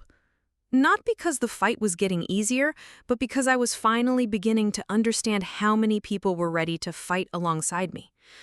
The conspiracy was bigger than I'd imagined, but so was the resistance. The war room was Amanda's law office at 5 a.m. on Thursday morning. Coffee cups littered every surface, whiteboards covered 3 walls with timelines and connection charts, and 7 people who'd never met before were about to launch the most important coordinated attack on organized crime any of us had ever attempted. Carlos had been right about Assistant Attorney General Rebecca Torres. She'd arrived at 4:30 a.m. with 2 federal prosecutors, a forensic accountant, and enough fury to power the entire building. Her father had died at a Pinnacle facility 18 months ago under circumstances that had never made sense to her family. They told us his kidney failure was too advanced for dialysis, she said, studying the photographs Carlos had taken. Said we should focus on comfort care and family time. We believed them because we trusted the system. She looked up at me. 2 weeks after he died, we found out his kidney function had actually been improving. The last test showed better numbers than he'd had in 6 months. Rebecca's investigations had been blocked at every level for over a year. Internal reviews that went nowhere, medical records that suddenly became unavailable, key witnesses who either disappeared or suddenly refused to talk. But now we have this, she said, gesturing to the evidence spread across Amanda's conference table. Documentation, recordings, financial records, and most importantly, a pattern of systematic fraud that crosses state lines. The forensic accountant, David Kim, had been working since midnight to trace the money flows Carlos had discovered. What he'd found was even worse than we'd feared. This isn't just healthcare fraud, he said, pointing to a complex diagram he'd drawn on the whiteboard. This is a vertically integrated death industry. They've created revenue streams at every step of the process, from initial diagnosis through final disposition of remains. The pharmaceutical connections alone were staggering. Pinnacle had contracts with 17 different drug companies to test experimental medications on terminal patients. The families were told these were compassionate use programs offering cutting-edge treatments. In reality, they were paid research studies where patient death was often the desired outcome to prove drug toxicity levels. They're literally being paid to kill people with experimental drugs, David explained. Each patient death in a pharmaceutical trial generates between $30,000 and $80,000 in research fees, plus bonuses for detailed autopsy reports. But the pharmaceutical money was small compared to the real estate operation. Rebecca had discovered that Pinnacle owned a subsidiary company that specialized in purchasing homes from families dealing with medical bankruptcies. They offered quick cash sales to people who needed money for medical expenses, buying properties at 30 to 40% below market value. The same families whose relatives they're killing are also being forced to sell their homes to pay for the medical care that's actually murdering their loved ones. It's a closed loop of exploitation. Dr. Jennifer Walsh from Seattle General Hospital arrived at 6 a.m. with medical records that confirmed what we'd all suspected. She'd been reviewing cases of patients transferred from Pinnacle facilities over the past 3 years, looking for patterns in their treatment. 63% of transfers showed signs of medication-induced complications that weren't present in their original conditions. We're talking about kidney damage from unnecessary medications, respiratory depression from drug interactions, cardiac arrhythmias from contraindicated treatments. They're not just withholding care, they're actively making people sicker to justify killing them, I said, understanding the full scope for the first time. Exactly. And the medical documentation is so sophisticated that it looks like natural progression of underlying conditions unless you know what to look for. Amanda had been quiet through most of these revelations, taking notes and organizing documents. But when she finally spoke, her voice was hard as steel. We have enough evidence to destroy them completely, but we have to move fast and we have to coordinate perfectly. They're planning to have Melanie committed tomorrow afternoon. The psychiatric hold order is already signed, and they've arranged for Ethan to be transferred back to Riverview for specialized care while she's undergoing evaluation. How do you know this? Rebecca asked. Because I've been in contact with other families who've been through this exact process. The pattern is always the same. Discredit the family advocate, regain control of the patient, complete the case within 72 hours. Carlos pulled out his phone and showed us a text message he'd received 20 minutes ago. Emergency cleaning required, room 4B23, special disposal protocols. Report at 6 p.m. Friday. Room 4B23 was Ethan's old room. Special disposal protocols was their code for preparing a room after what they called a priority completion. They're planning to kill him tomorrow night, I said, my voice barely above a whisper. Not if we move first, Rebecca said. She was already on her phone, calling people whose names I didn't recognize, but whose authority was apparently enough to make things happen immediately. Phase 2. Dr. Walsh would work with federal marshals to place protective holds on all current Pinnacle patients, moving them to secure medical facilities while investigations proceeded. Phase 3. Amanda and her team would file simultaneous civil lawsuits in 4 states, representing over 200 families whose relatives had died under suspicious circumstances. Phase 4. Carlos would coordinate with other inside employees to document any attempt to destroy evidence while wearing a wire during his shift to record any conversations about accelerating patient deaths or eliminating witnesses. Phase 5. The most dangerous one. I would go back to Riverview Medical Center, wearing a wire and carrying enough recording equipment to document their attempts to have me committed and their plans for Ethan. Absolutely not, Amanda said when Rebecca outlined my role. They're expecting you. It's too dangerous. It's the only way to get them on record admitting what they're doing, Rebecca replied. We need them to incriminate themselves, and they'll only do that if they think they're talking to someone they're about to eliminate as a witness. I looked around the room at people who'd become my allies, my army, my last hope for saving Ethan and stopping a conspiracy that had killed hundreds of people. I'll do it, I said. But I want guarantees that Ethan is protected no matter what happens to me. Federal marshals will be positioned outside his room starting at noon today, Rebecca promised. If anything happens to you, he'll be in federal custody within minutes. Dr. Walsh handed me a medical alert device disguised as a fitness tracker. This monitors vital signs and GPS location. If you're drugged, injured, or moved against your will, it automatically alerts our team and begins recording everything. Carlos gave me a small device that looked like a pen, but contained recording equipment sophisticated enough to pick up conversations through walls. I've been using this for 3 years. Battery lasts 12 hours, memory stores 48 hours of audio. Amanda pulled me aside while the others continued planning.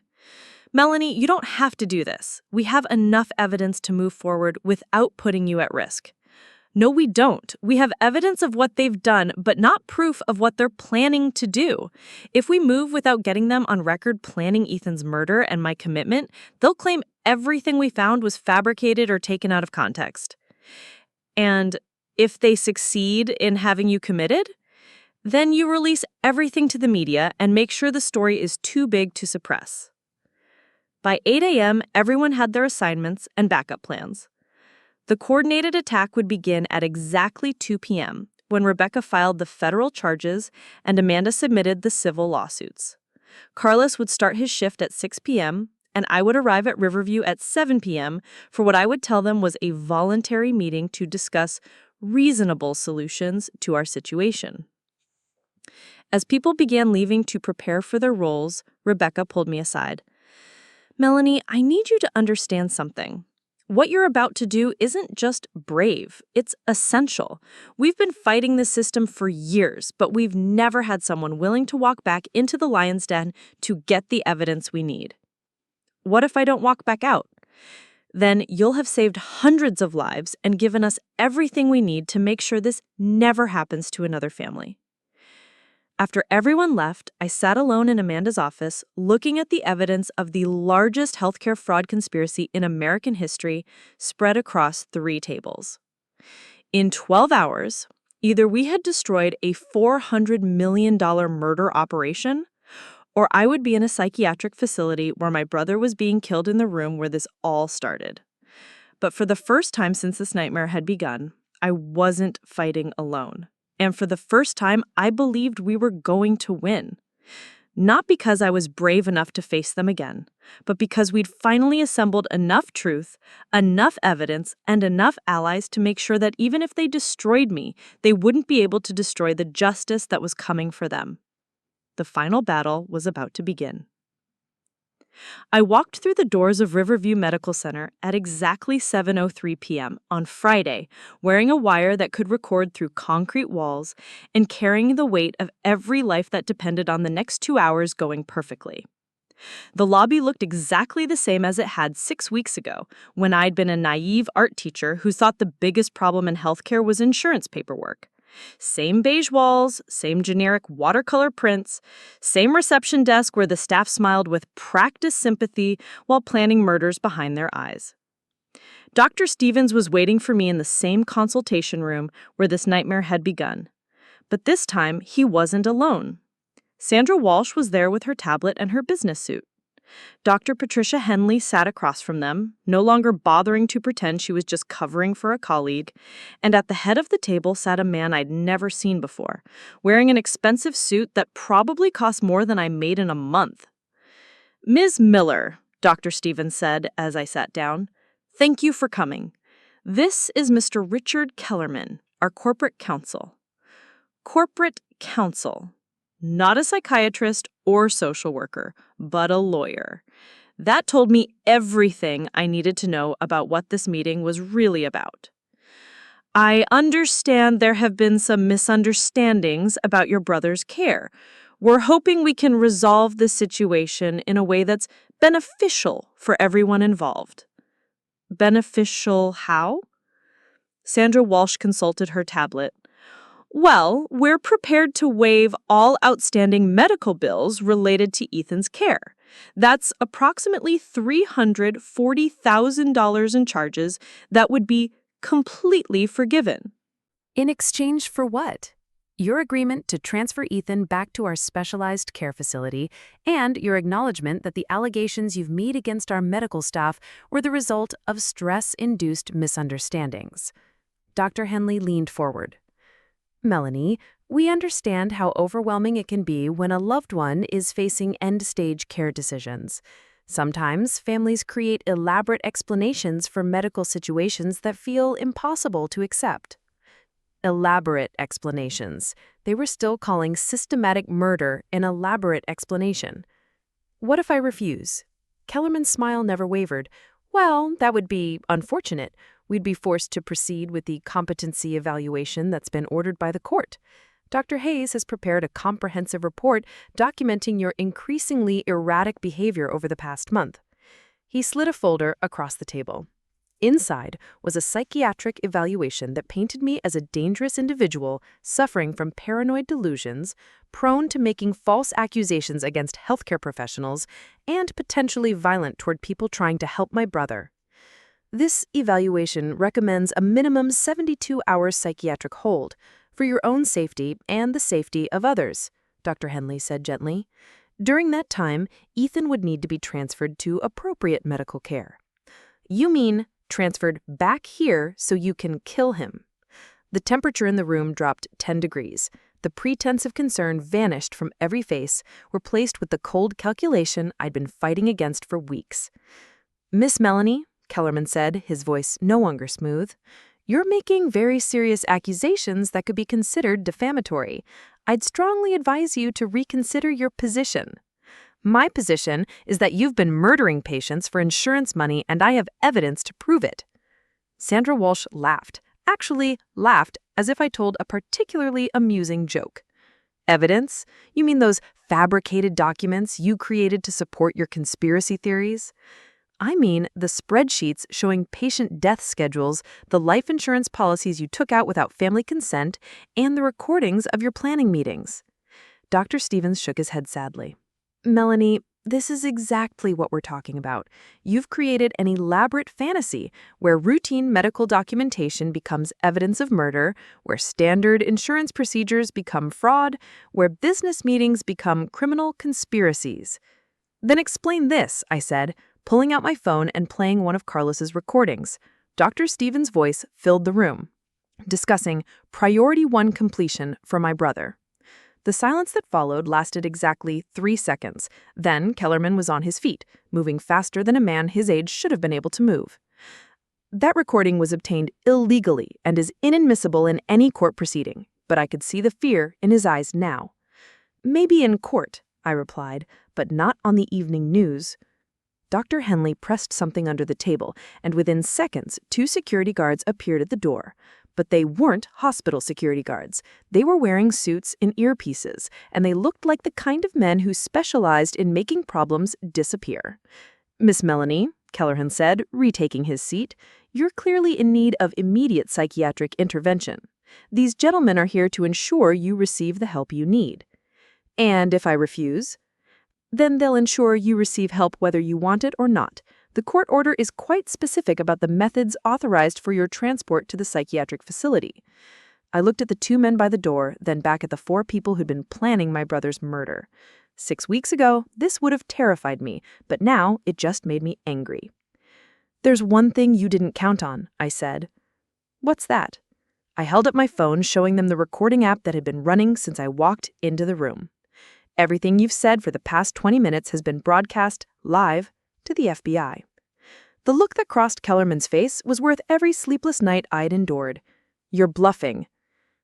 That's when my phone rang. I answered it on speaker. "Miss Melanie, this is Agent Martinez. We've heard everything. Stay exactly where you are." Through the window, I could see black SUVs pulling into the parking lot. Federal agents in tactical gear were already surrounding the building. Dr. Stevens lunged for my phone, but one of his hired security guards grabbed his wrist. "Sir, I wouldn't do that if I were you." It took me a moment to realize the security guard was speaking to me. "Agent Morrison, FBI," he said, showing his badge. "We've been monitoring this meeting since you arrived." The second security guard was already on his radio. "All units, we have subjects secured. Move in now." What happened next was like watching a movie where the good guys finally win. Federal agents flooded the conference room. Dr. Stevens, Sandra Walsh, and Dr. Henley were placed in handcuffs while Agent Martinez read them their rights. Kellerman was already on his phone, probably calling lawyers who charged more per hour than most people made in a month. But the most satisfying moment came when Agent Martinez herself walked into the room carrying a folder thick with warrants. "Richard Kellerman, Sandra Walsh, Patricia Henley, and Michael Stevens, you're under arrest for conspiracy to commit murder, healthcare fraud, insurance fraud, racketeering, and about 15 other federal crimes that are going to put you in prison for the rest of your lives." Through the chaos of arrests and Miranda rights, I heard my phone buzzing with messages. "Amanda, federal marshals have secured Ethan. He's safe." "Rebecca, RICO charges filed in 4 states. Assets frozen." "Carlos, they're destroying files in the basement. FBI is already here to stop them."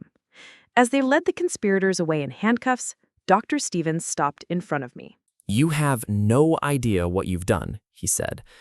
"This goes deeper than you think. There are people involved in this who will make sure you pay for what you've cost them." "Maybe," I replied, "but at least they won't be able to kill any more people while they're trying."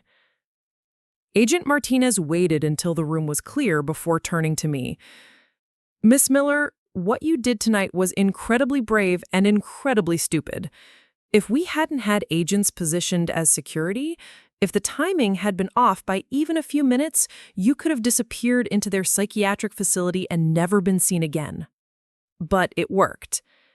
It worked. We have them on record admitting to murder, discussing active plans to kill your brother, and detailing their methods for eliminating witnesses." She closed the folder she'd been carrying. "This is the evidence we need to dismantle their entire network, not just here, but in 5 states.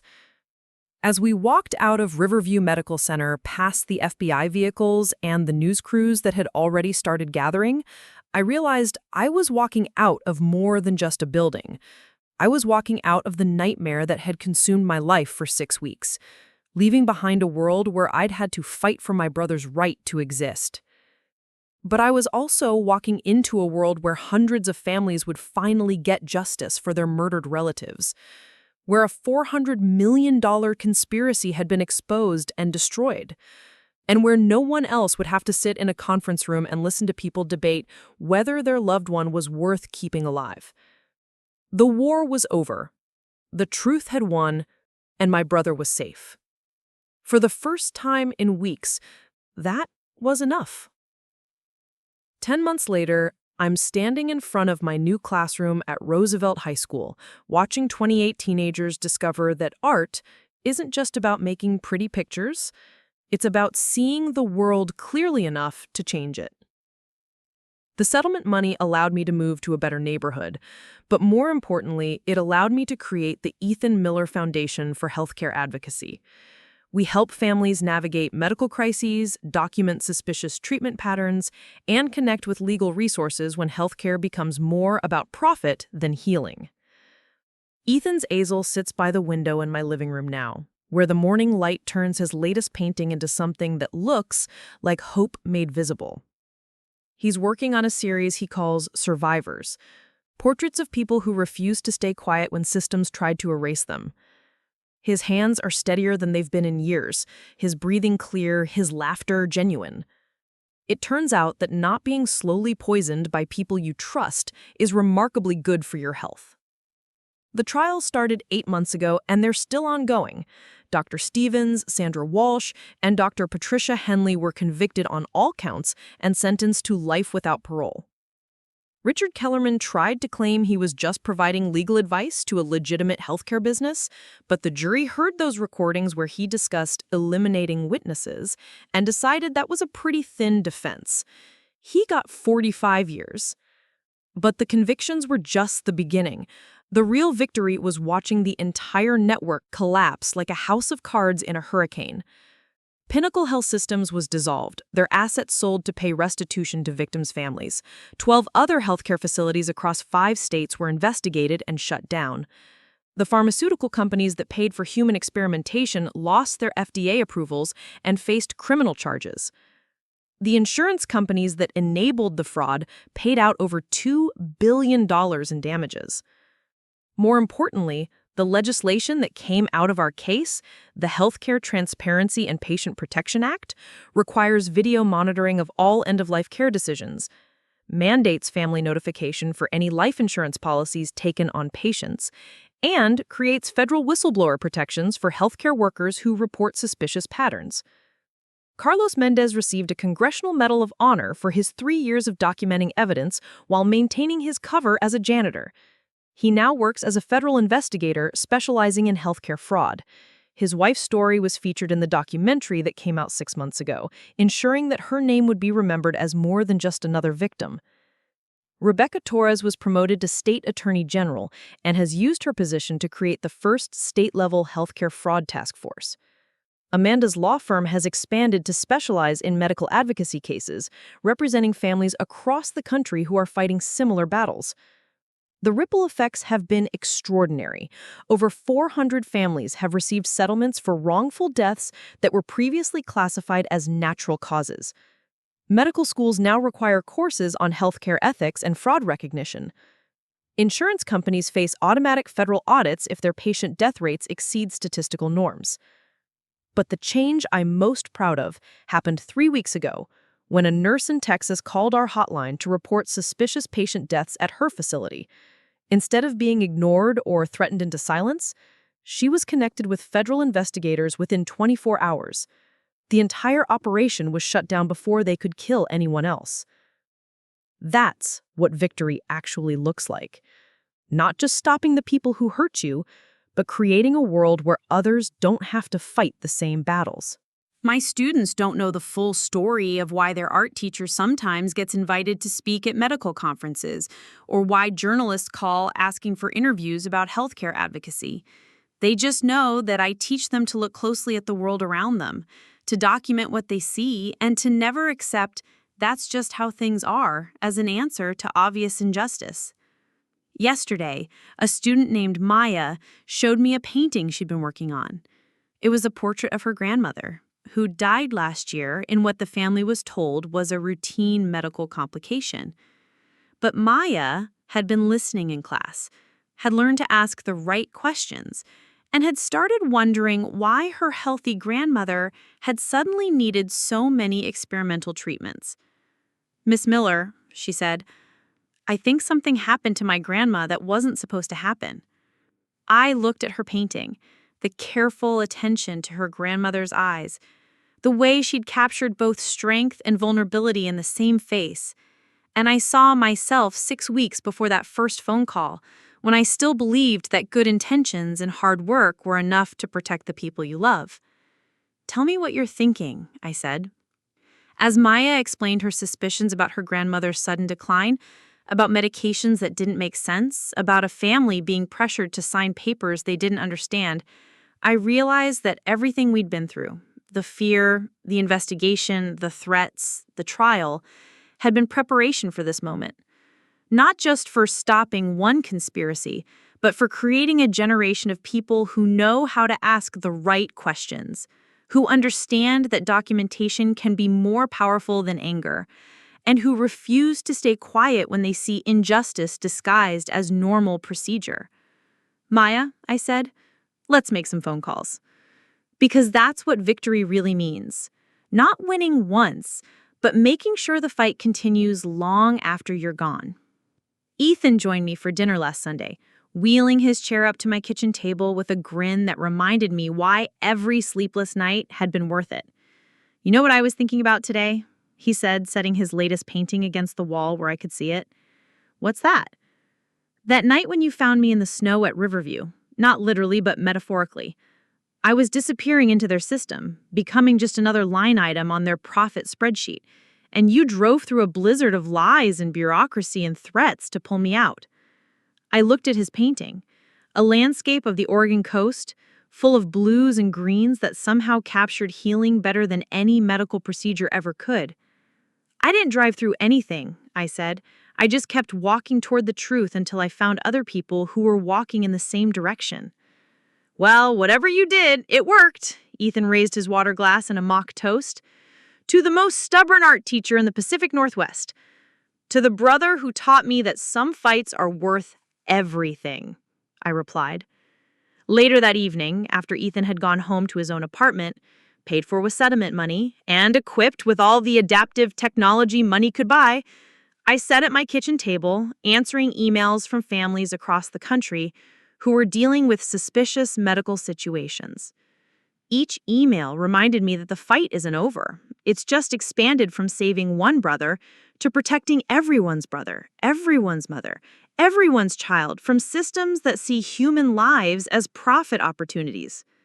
My phone buzzed with a text from an unknown number. "Ms. Miller, my name is Jennifer Chen. My father died at a facility in Phoenix under circumstances that seem similar to what you went through. Can you help me know what questions to ask?" I smiled and started typing a response.